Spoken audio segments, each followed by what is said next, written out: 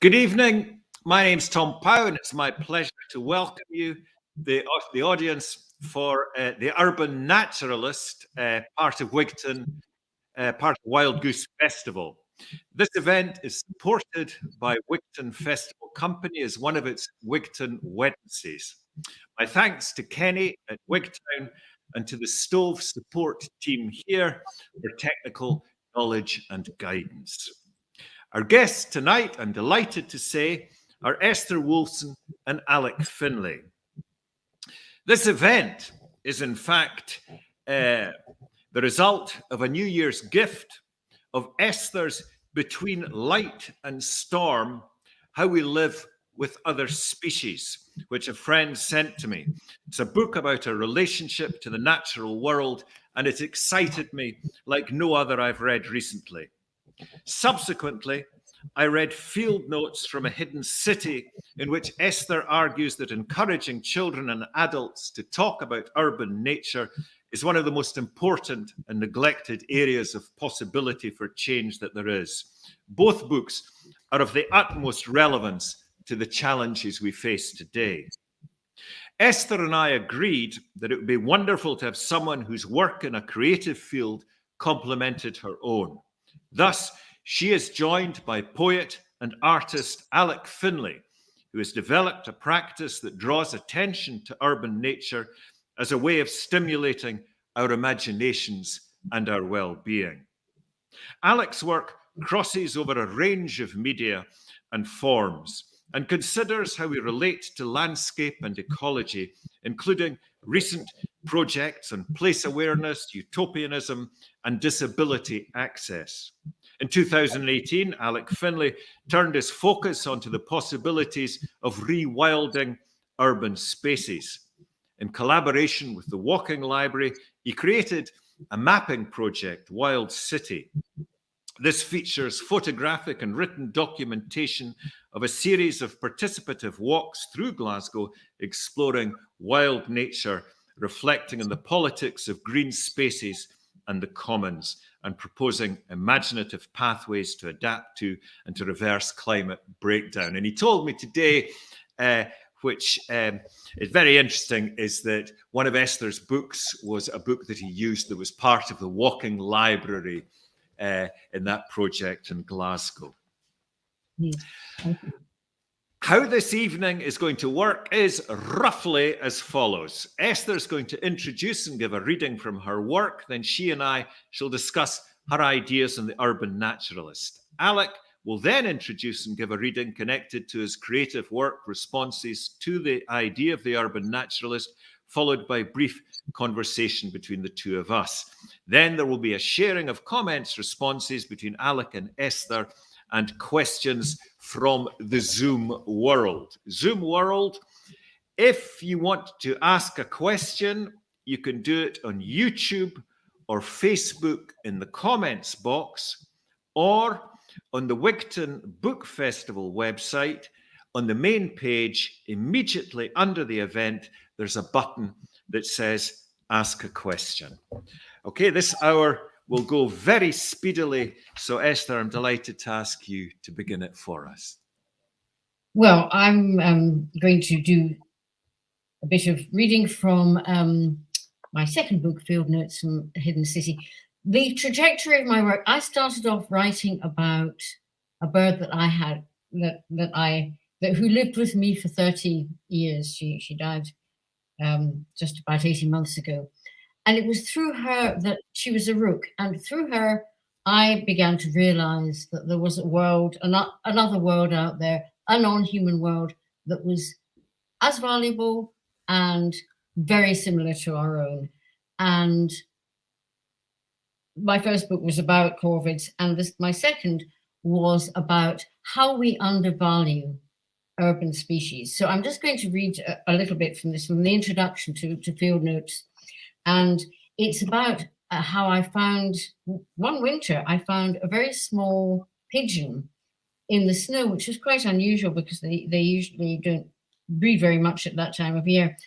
And I saw him sitting in the middle of the road in the snow, and I took him in. As I fed and took care of the bird, I began to think more about the expression return to the wild. The words we use to describe setting a creature free to return to its own environment, to live life among its own natural life.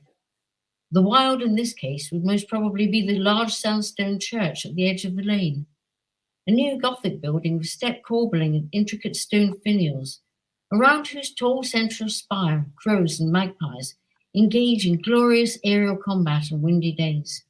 It would be the roofs and gardens of this district, the handsome Victorian villas, long established trees and wide, quiet streets only a short walk from the city centre. Hardly wild. For all that, this was a wild bird, a wild city bird, although the words wild and city seemed difficult to reconcile. I began to think about wildness in relation to creatures who live in cities, about whether or not we consider them less wild than creatures living elsewhere, or think of them as somehow a lesser part of nature itself.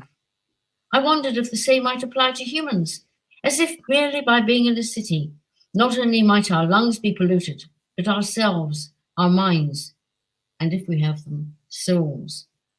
As if urban dwellers must by different definition be over-avid consumers of the unnecessary, weakened by purchase, alienated in every way, distanced from a lost admonitory Eden. Are we, I wondered, living lives remote from all that's natural, beneficial, wild? Or are we as much a part of the natural ordering of the universe as the wildest of things, moved by the same forces, as wild as anything else on earth? It seemed to me that if I'm a representative of my species, the bird was representative of many more, of all the other birds, beasts, and smaller life forms, seen and unseen, who populate our cities, who make their lives among us, and were often there before us, adapting to our habits, sharing with us the triumphs or follies of our building policies, our tendencies to destroy and pollute, or to engage in the ecologically catastrophic. Their presence may be the only contact many urban people have with the natural world, but our relationship with them seems changed by proximity, diminished by the very fact of their being here among us. As I passed the compacted snow where I picked up the bird, I had begun to think of the value of any creature's life and of the ways in which we make judgments or calculate worth, of the complex gradations we apply to other species, the ones we use to approve or to condemn. And that really is the heart of my thoughts about the urban and the non-urban in relation both to ourselves and to other species. And in thinking about it, it kind of led me on to the last book, Between Light and Storm, which is really about how we came to think these things, where our ideas came from. And the main root of the idea of urban species being less important and less valuable and so on is part of a human thinking, of human exceptionalism, the idea that we, by virtue of being human, are superior, better, different, more able, which is actually nonsense because we are the ones. An American historian called Lynn T. White wrote a paper in the 1960s about the trajectory of the ecological disaster, and he said that no species has before trashed its own environment in the same short order as we have. And every time I hear people talking about our superiority, I think, are you sure about that? Yes, and I must admit that's an idea that you pursue rivetingly throughout that whole book, Esther. And I think it's interesting that the three of us, you live in Aberdeen, Alex in Edinburgh, and here I am speaking in the small town of Dumfries. So the idea of the urban naturalist is important to us all. And in fact, you talk about that. Observing nature in the urban world, and you're very keen that engaging with nature means more than going for a walk in the country. Well, that's right. I mean, and something that in fact, I actually hadn't, you don't kind of often go back and reread the books you've written, but I was, in looking at field notes, I see that a lot of the ideas that I had about that have kind of developed further. And during the pandemic, it's been very interesting watching the attitudes towards people and nature, or what they perceive of as nature. And very often it seems a kind of limited thing, watching birds in the garden, which is great, or going out, as soon as people, lockdown finished, people going out to what they saw as nature. And nature was something far away and something that they drove to. And it occurs to me more and more that our idea about nature is a commodity for so many people. In fact, I think for the majority of people, it is something to which we are entitled. It is something separate from us. We are not part of it.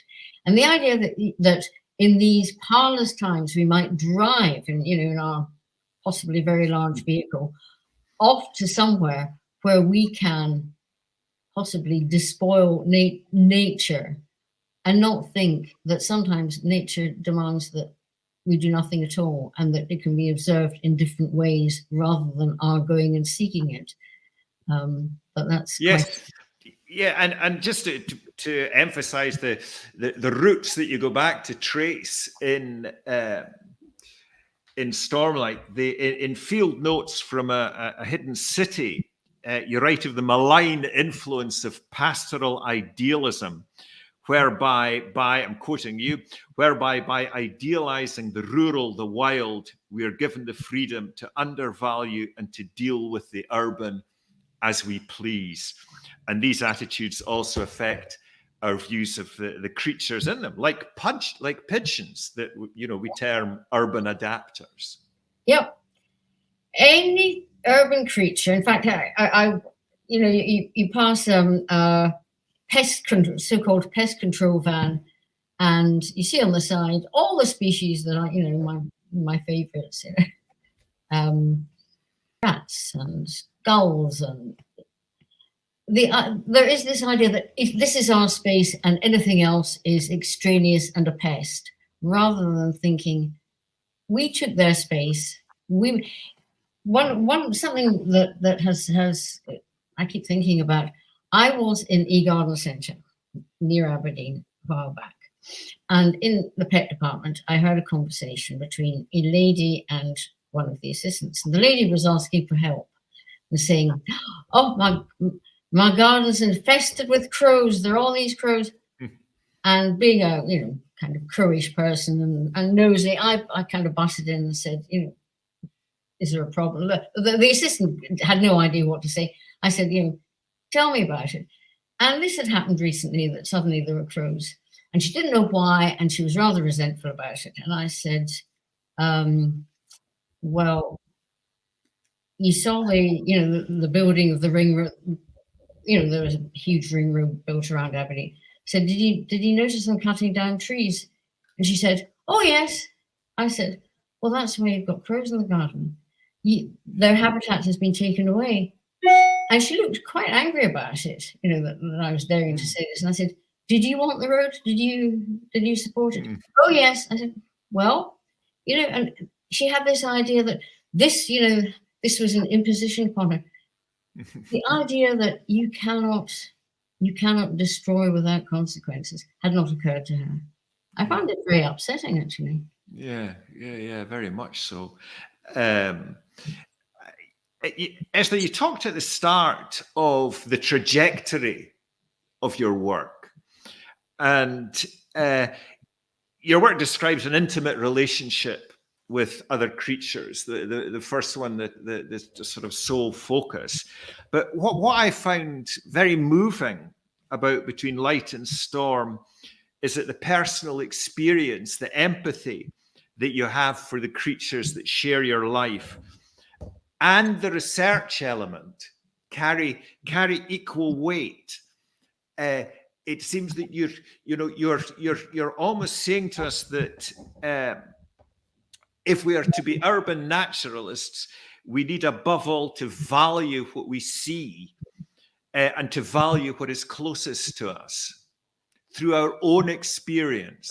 That's right. I mean, to form relationships, but I mean, so much it involves such a radical change of ideas. I mean, humans in general suffer from. I mean, we talk a lot about racism and about our attitudes towards other people, but the idea of speciesism is a very powerful one, that we discriminate on the grounds of species. I mean, it's a very, very powerful idea that was actually, I think, first described by the philosopher Richard Ryder when he talked about, this discrimination. And we do it all the time. We talk in the language we use, and in what I was saying, this space belongs to us, and it doesn't matter what we do. It does matter, and it's now all coming together. We are now seeing the consequences of feeling ourselves to be separate from nature. Yeah, the threats to biodiversity everywhere. Yes, and also the pandemic. That is all the time I was writing between night and storm. I mean, every topic I would be looking at papers, and there would be something about zoonotic diseases and mention of possible pandemics, and it was there, and which gave me kind of odd feeling. It wasn't any sort of foresight on my part, but it's just there that this was going to happen as a result of some zoonotic happening, and it did, because the evidence seems to be that is how it started. And the trouble is that all during this, nobody, or very few people, seem to realize that we're not changing enough to avoid another one, and possibly worse one, or many more. It's like if we have another pandemic, it's likely to come from the industrial food, industrial poultry and cattle raising, or from the fur trade, or from the wildlife trade. And it's going to happen unless there is very serious action to prevent it.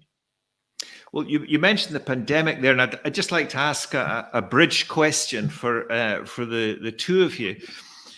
Because even before the pandemic, there were numerous best-selling memoirs showing the healing power of nature. There's almost the terrible threat to nature, but then on the other hand, this great emphasis on how nature can heal us. Nature do it all. And I'm just wondering, how can urban nature be healing, or may our desire for using the natural world as a healer affect our relationship with nature in an unhelpful way?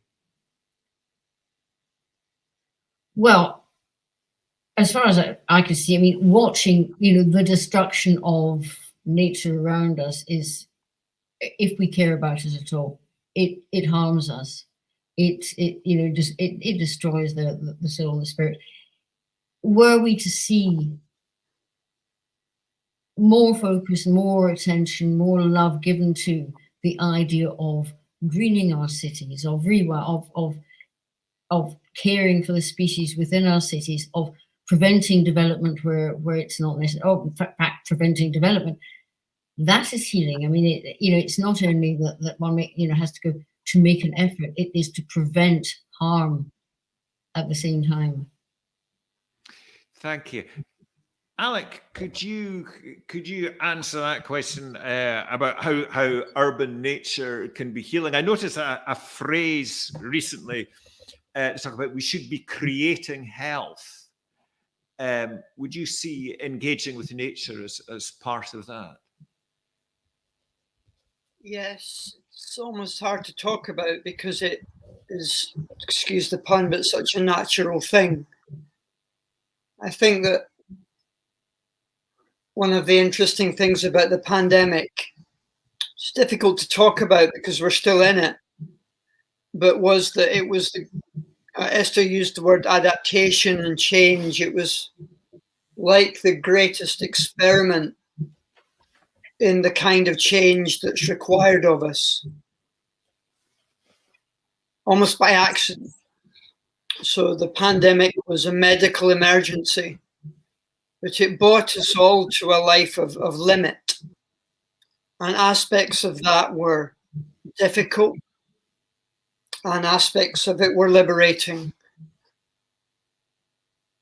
The deaths were tragic and politically despicable to the extent that they went, but the actual notion of adaptation came to the fore as a positive thing, a creative thing. Esther was talking about the way animals in urban spaces have to adapt. And a lot of the work I've been doing recently has been about disability and the creativity of disabled people. And in the pandemic, we all experience limit, and disability essentially is about limit. And I think that it proved that it would be possible to have an equitable sharing of limit. We didn't have that. And one of the key issues that came up was access to green space and also space to grow things. And it was clear that that was unequal, but that it was also a kind of human right, a human need, a human desire. So I'm interested in the way those rights, needs, and desires have been brought to the fore in the pandemic. Alec, would this be a good occasion for you to read introduce and read a piece of your work? Yeah, I'm going to read something. I'm going to read two pieces which mark a kind of arc. The first one is a poetic manifesto I wrote when we did the Wild City project with the Walking Library, which involved walking around Glasgow looking for wildness. And there aren't necessarily conclusions in this text, but I simply wanted to think about what wildness was. And then the second text is, in a way, well suited to the pandemic, although I'd had the idea before the pandemic came.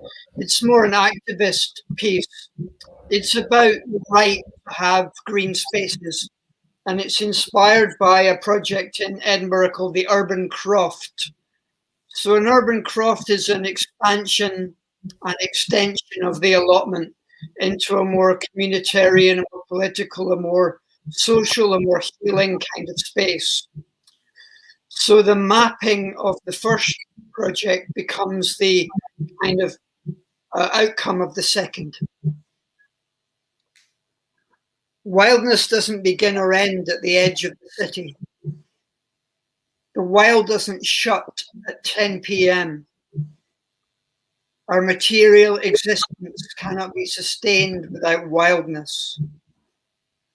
We consider the mountains as the nation's lungs, but most people do their breathing in cities. The diesel rainbow floating on the puddle is a memorial. A culture so fixated on death has no need of breath. Glass can be wild and so can paper, but never plastic. The wild flit of the seasons is a rush of signs. There is no road that leads out of this mess. If only we were more harebrained. Every great city plan began with a wee den.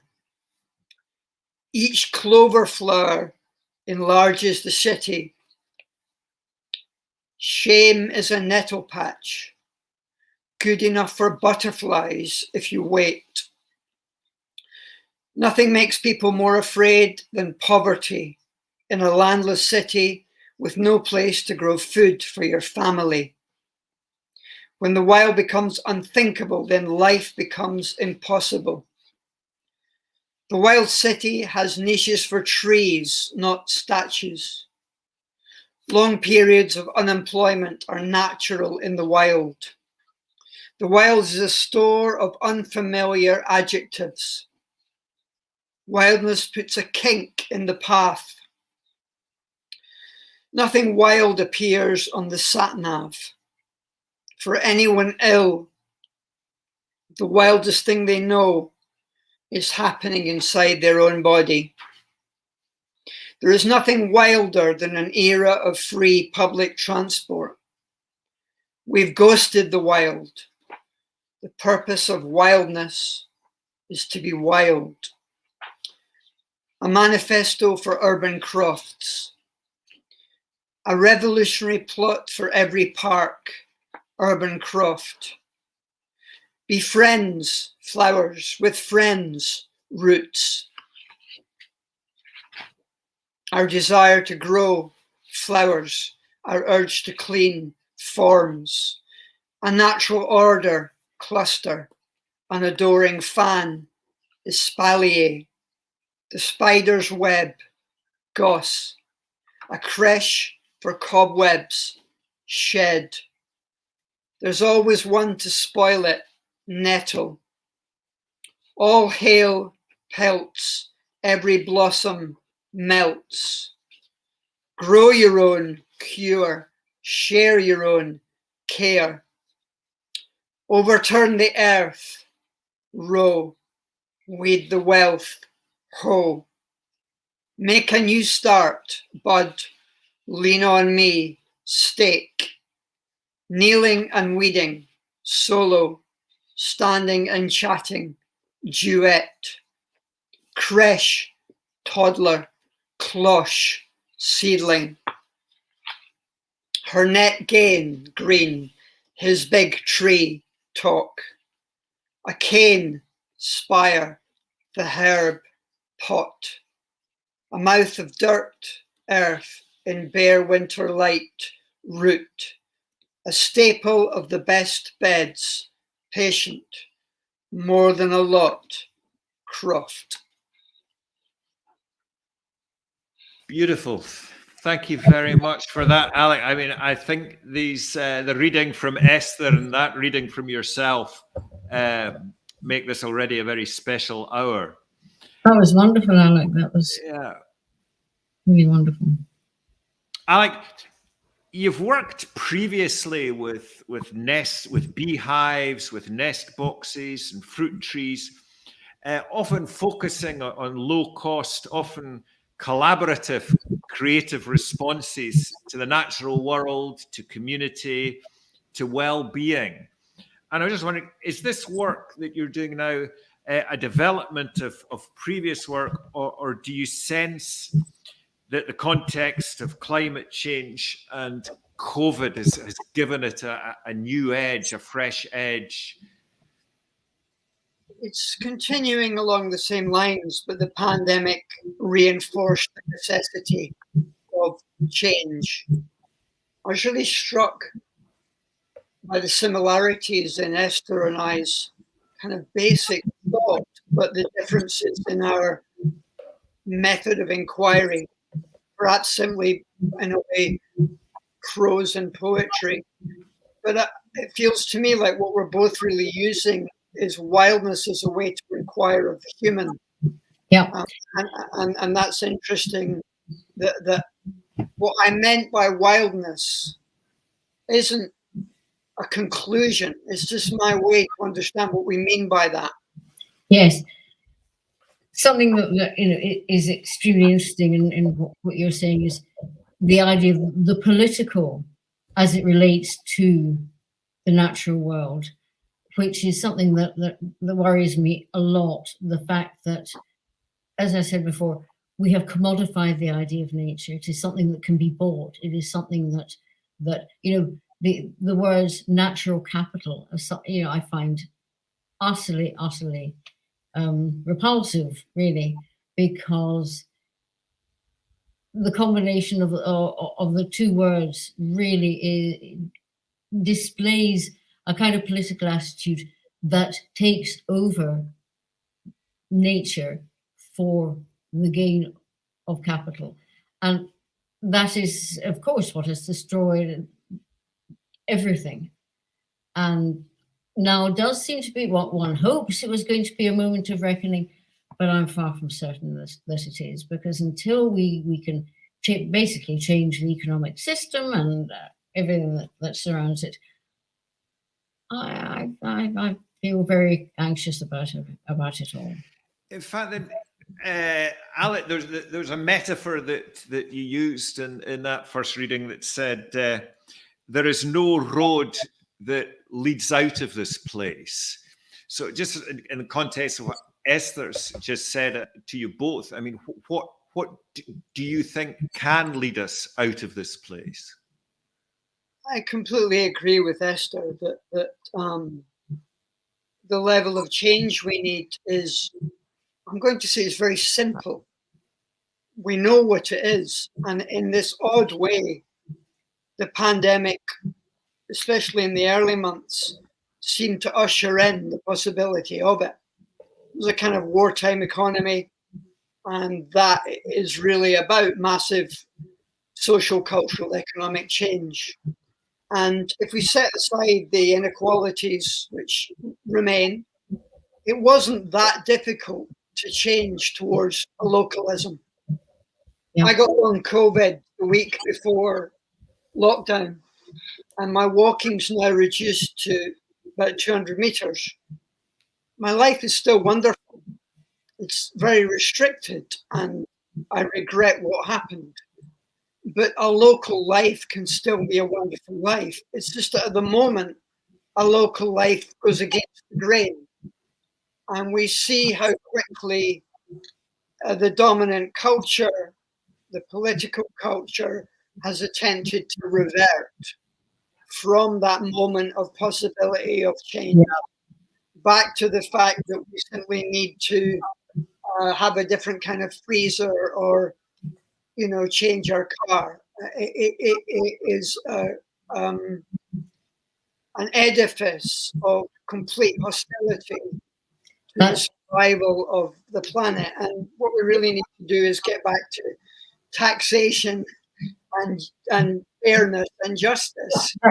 That's completely right. And I mean, the appalling thing about it is the things that people appreciated about lockdown: the quiet, the lack of traffic, that sense this is the way it could be. And then suddenly they're all back, you know, SUVs and all the rest of it. And going on holiday, this was a thing, you know, we must get people back on planes. Why? And it's very difficult trying to challenge that because you're seen as somebody who's, you know, trying to deny people things. But unfortunately, everybody is going to have to deny themselves something, because otherwise they're going to be denied it by forces.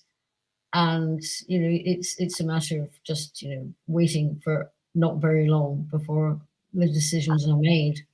The one thing I would say about that, I feel very lucky having creativity, because it needn't just be denial. Because the thing about limit is what makes the best art. It's what makes creativity. Mm-hmm. And I think that what is the worst aspect is the inequality. Once you share limit and bring creativity to bear upon limit, and make limit not be unequal, it kind of ceases to be limit and it becomes possibility. Yeah. No, I mean, I agree. And I think that one of the compounding anxieties about recent time is the growing sense of, I mean, not just inequality, but vast inequality, and the feeling that people can do the most destructive things. Could any accountability? Could I just come in there? I'd just like to say that, Esther, your two books that we've mentioned tonight, I think are poems to the richness of localism. I mean, so many of your thoughts are sparked by things that you see locally, out for a walk, out your window, in your garden, the deepest thoughts, the deepest concerns with your relationship with the natural world. Well, I was actually really lucky, because having, you know, my old rook for as long as I did, you know, as she got older, I didn't like to leave her, and I'd go away for work and I'd have somebody look after her. And as she got older and older, you know, I became more and more reluctant to go away. And then, you know, I haven't. I mean, I actually haven't been on holiday for years. I think I've been away twice in the last 25 years or so. Actually on holidays, and only then briefly. And I kind of came to realize that you don't need it. You have everything. Well, I do. I'm very fortunate, but I have this idea that the Taoist way of life. Lao Tzu, the Taoist philosopher, said something about how you should be able to smell the smoke from the next village, but never have been there. Right. That is such a lovely idea. Yes. You don't have to go and land yourself whatever place. Yes, because the seasons come to you, and in fact, something that struck me in both of your works is that time, the rhythm of the seasons, is such an important element. Esther, with the use of the diary form and field notes, and Alec, the central place of the growing season, for example, in your work on apples. And I'm just wondering, in this discussion on the urban naturalist, do you give thought to ways of spreading the work more widely? We've talked about this great mental change that has to come about.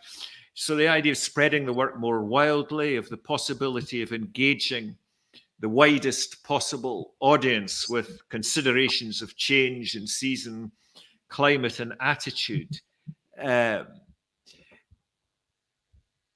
development of what, Alec, you use the term empathetic radicalism. How do you spread ideas such as that? That's such a wonderful. Such a wonderful idea. Or is the work of the poet just to be a poet? The work of the writer to write as well as she can. It's an interesting thing, Tom. You get to a point sometimes where you realize that you have some ideas that could be policy. That could actually, like I'm doing this access project where we take disabled people up mountains. Mm-hmm. And I had the idea because I got driven up a mountain with some recording equipment. And I thought, why do people with ME and MS and long COVID never get this? So I thought, well, let's just make it happen, because there are all these new estate roads being built without any permission. And I'll do some pilots. But the point is, the idea is ready. In the same way as doing poems on an S-box is ready, I sometimes affiliate myself to creative individuals like Evie Murray, who made the urban croft in Leith. Every single park in Britain should have an urban croft. It's something different to an allotment, and that is just clear from the pandemic. Everyone should have the right to grow. To grow things. Everyone should have a window with a view. And so one has very simple ideas which should be policy. You can't, spend your life becoming an MP and trying to make them policy. You just have to wait to be noticed. But you are aware that ideas do catch on. We remember a time before Andy Whiteman or the Scottish Green Party. Those things weren't always a given. Things change, ideas change. And if you think of someone like Andy's writing, he has managed to change the whole debate about land and the emotion of land. And Esther has done that about the city. All one can do is make models and show that they're easy. Yeah. Alec, sorry, can I just go in here to seize on a metaphor from your own work? I mentioned the apples project there. Alec did this wonderful project in Jupiter Artland where he planted seedlings and installed ladders, and at some point the apple tree would grow and it would be at the height of the ladder. And that seems to me to be a perfect metaphor for what you're talking about, the urban croft. It's like plant the seedlings, build the ladders, the apples will grow and people will come and harvest them. And So, and the apple trees will be taller than the ladders after I've gone. yes, yes. And that's Sorry, another- sorry, Esther. No, something I was going to say that always strikes me in Edinburgh and Glasgow, less so in Aberdeen, just because of the the way the city is. But there is so much unused green space. And the time that I most realised that was, do you remember a few years ago when the Pope visited Edinburgh, and there were aerial views of his route over a lot of South Edinburgh, and you look down between the tenements, and there was just this amazing green space, and it was like some sort of set of Moroccan courtyards, with these wonderful. They could have been wonderful gardens, but a lot of them just seem to be utterly neglected. There is so much possibility. Esther, I don't know if you're aware, there's a wonderful map of green space in Glasgow and Edinburgh made by Rob Bushby. I think every town and city should be required to make a map of green space, and then also required that it should expand by 10% every year. And for people to have access to it, and for people to be able to grow or to use it in whatever way a community thinks fit. It's such a waste when it's not used. Could I just ask, on a question here, when we're talking about the pandemic and how views of the natural world has changed, do you see anything positive there? Do you see that we have changed our views of the natural world, or do you think it's just like people have enjoyed, as Esther said, people have enjoyed the quiet and they've enjoyed listening to the birds, but now everybody's just going back to the same old, same old? I don't want to repeat myself, but I think it was a model of change, subsidized economic change of behavior, different distribution of food to your home, etc., etc. And I think most people, again, I can't emphasize enough the issue of inequality, but most people were willing to undergo that change. And I think if there was a government brave enough to say, climate requires us to change this, this, and this, as long as there was equality within that change, then I think it would be something we would go, yes, well, actually, that's what lockdown was like, and I will accept that there were negatives and positives. And you can bring out more of the positives, as we've seen from working from home, all of those changes that people enjoyed.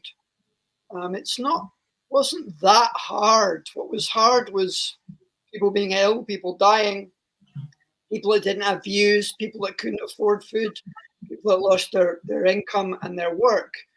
But the ability of a Tory government to manage that to some extent showed what would be possible if we had a green or socialist government. It didn't cost as much as a war. Yeah, no, completely. I mean, that's absolutely right. So, if I can make it use something that I found quite disquieting that happened during the pandemic was the rampant purchase of dogs, and particularly dogs. People were finding solitude difficult and were buying dogs. And stealing them. And stealing them. And going to puppy farms, and puppy farms,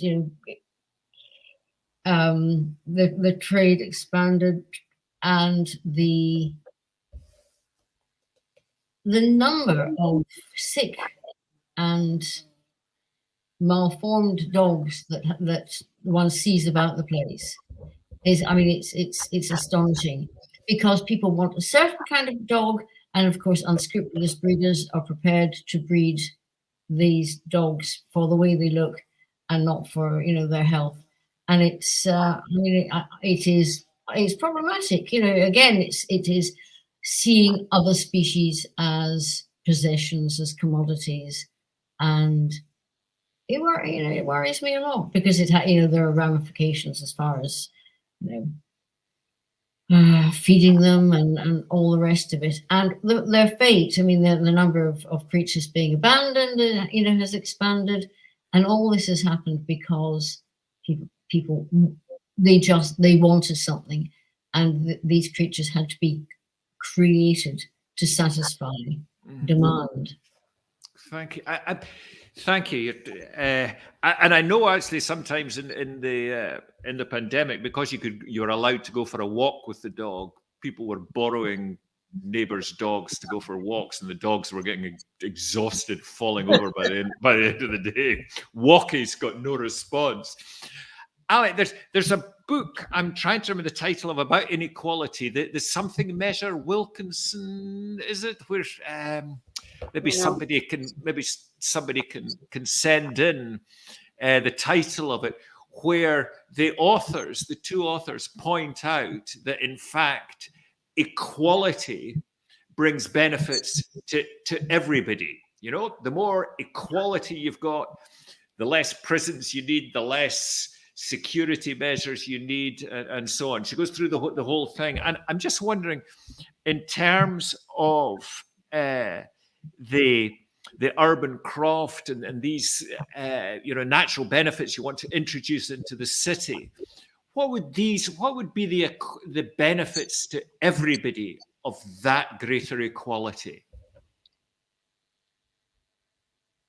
That's a very interesting question, which I think I'd have to approach a different way.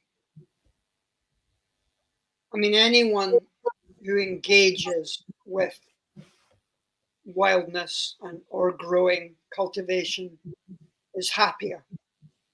And I think that digging very deep down into change, talking about equality, and I think we have to understand wildness in terms of our own desire, our desires for thrill, our desires for empathy and joy.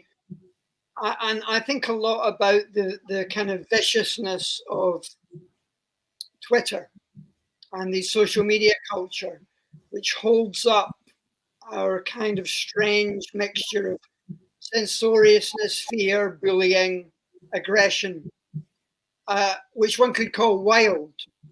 But then wild is also the urban craft. So it's very complicated. But what we need to do, and Esther talking about dogs and this strange desire for aggressive dogs, for violent seeming dogs.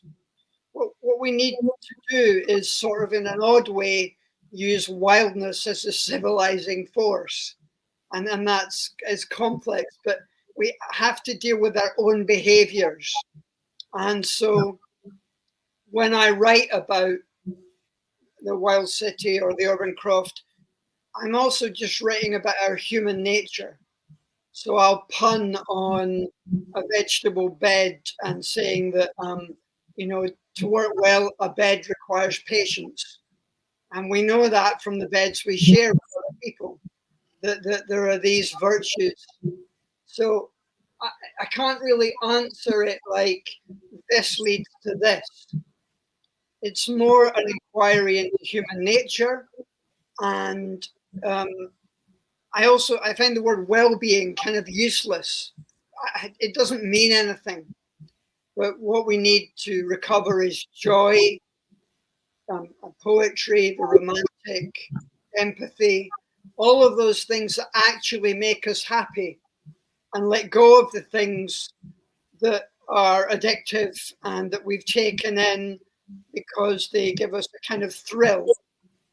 So I don't have an answer, but I write in order to understand how we can talk about our own nature and change it. Well, you've answered in terms of everybody benefits. Everybody in the society benefits. The more green spaces there are, the more we can partake in a real engagement with nature, the more we have play spaces, adventure places. Esther, would you have something to say on that? Yeah, it is well known that the most contented societies are ones where there is the least inequality, that it is it is not levels of wealth, it is the fact that there aren't huge disparities. And that is one of the problems that has happened in the Western world since the advent, particularly of Thatcher and Reagan and the neoliberal ideas, that inequality has grown so much that, well, we see the consequences. And reversing it is going to be very difficult. As I said, it's going to be, forced upon people because of the realities of what we've done to the planet and so on. But no, we're in a worrying time, I think, as far as that's concerned, because... Yeah. Sorry. Because, Esther, sorry, you were going to finish. Oh, well, no, I was just going to say, because, the enormity of the disparity is inconceivable. Thank you. Well, we're going to move on to our questions now. I've got and comments. I've got just go through a comment just from Susan. I've been stuck in the city throughout the pandemic and really miss being able to go hiking in the borders. So I would like to engage more with what's available to me, which I'm missing. If you want to just save that up, it's something you might comment on. A question from Donald: is the destruction of nature in the urban environment a worse problem than the rural deserts created by rural farming monocultures?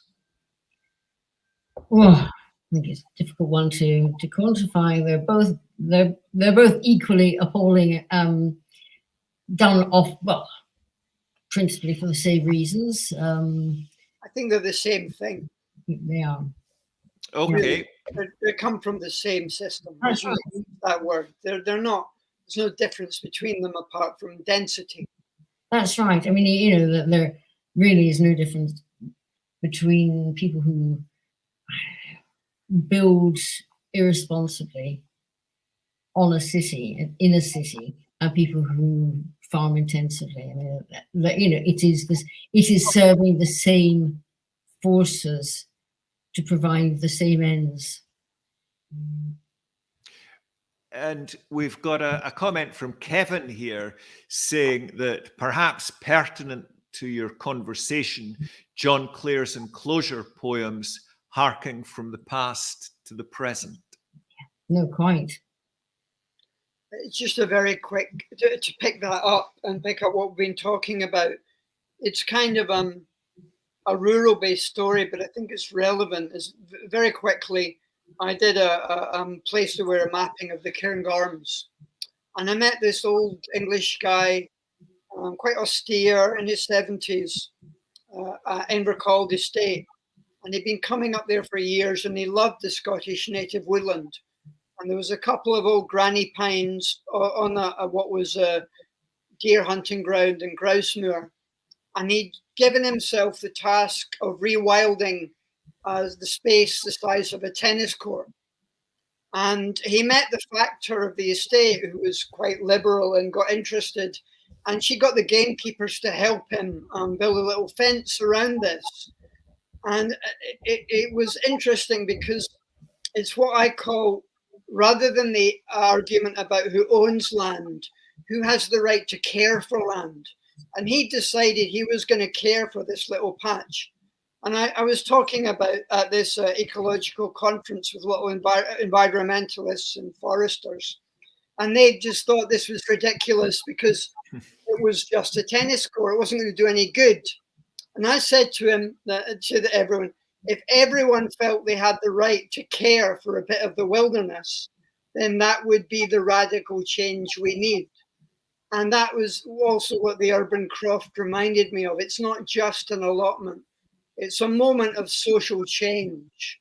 And so the John Clare reminded me of that, this idea of the enclosures and this man.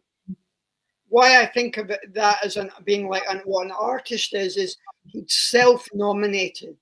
No one asked him to do it. He gave himself permission. And the one thing artists have is permission. Yeah. So I'm going to do that. And you have no expertise. You just have a curiosity and you go, I'm going to do that. And if you're lucky, someone funds you and helps you to do it, usually as a one-off. But the reason I'm doing the Disability Access Project, taking people up mountains, is everyone should be able to do it. And in the same way, everyone should be able to have an allotment on Benan or Cairngorm and be part of these movements. And that would also bring back huts. If you had huts, then people would have the ability to care for an area of the landscape. And suddenly the whole dynamic, the system would be changed. No, that's a wonderful idea. We're getting close to the end here. I've got a comment from Donald. Could it be Richard Wilkinson, the author of the book How Inequality is Bad? Donald, it's not called How Inequality is Bad. I don't think. I can't remember the title, but I'm sure it's Richard Wilkinson, and it's a wonderful book. It makes you think that the one question that you should be asking all politicians is, what are they going to do about inequality? I think we should. The first comment from Susan about going, like she likes the borders and she misses the borders. I don't think we're saying people shouldn't go out into and enjoy what they want at all. In fact, I think what we're talking about is enabling people to go out and engage with nature, and that's Alec's idea of the accessibility. And also, I think the idea that why can't people build up an affiliation with a particular place? If they have a small hut there, then they become two home families, but in a very modest way, and they can care. One thinks of all the little hutting communities. Yeah. They care for ecology like people do in Scandinavia. Yeah. They all hate each other, so they leave their villages so that we can they go to their huts. Can I ask very lastly, one last question? What are you both working on now? I mean, the now, Alec, for you is, I imagine, continuation of everything you're working on. I'm making the Scottish COVID Memorial in Pollock Country Park, which is about support and our relationship to nature, specifically trees. And there'll be more announced about that soon. It's an honor to be able to work on a project like that. It's a memorial not just for the dead, but for all the losses of the pandemic, but also a celebration of some of the gains. And Alec, could you give out the web address where people can find out more of that and contribute? Anybody can contribute. We have a part of the project called I Remember, where you can write your memory of the pandemic, and anyone can send them in, and they'll all be recorded and published on a website. If you just Google my name, Alec Finlay, and I Remember, you'll find lots of information on the project. Thank you. Esther. I'm just at the very beginning of what I hope will be a very lovely project with Aberdeen Performing Arts about Aberdeen and the sea, and I hope to be working with a visual artist, but it's just the beginning. We hope it'll come off in the Aberdeen Music Hall at some point or other in the near future. And I'm also thinking about expanding the idea still further into the relationship between, or the boundaries or non-boundaries between humans and species and identity and so on. So that's what I'm working on. Well, thank you. We'll certainly we'll all very much look forward to these works, and we'll follow the arguments that you've raised tonight, and with great interest. I would just like to finish by thanking you both very much for the enlightenment that you've brought in an hour, and the stimulus you've brought in an hour to matters that I think people find so claustrophobic and threatening. You've opened out a space for us, and I don't think I can end any better than saying we've got a message here from Amanda, who's saying a paean to the local, empathetic radicalism, maps of green space, engaging with wildness. Wonderful to hear these ideas. Thank you all from Dublin. And so thank you all for listening. And thank you very much, Alec Finlay and Esther Woolfson. That was as wonderful as I could have imagined. I wish we had more time. Thank you, Esther. Thanks, everyone. Thank you. Feel your spirit. Thank you, everyone.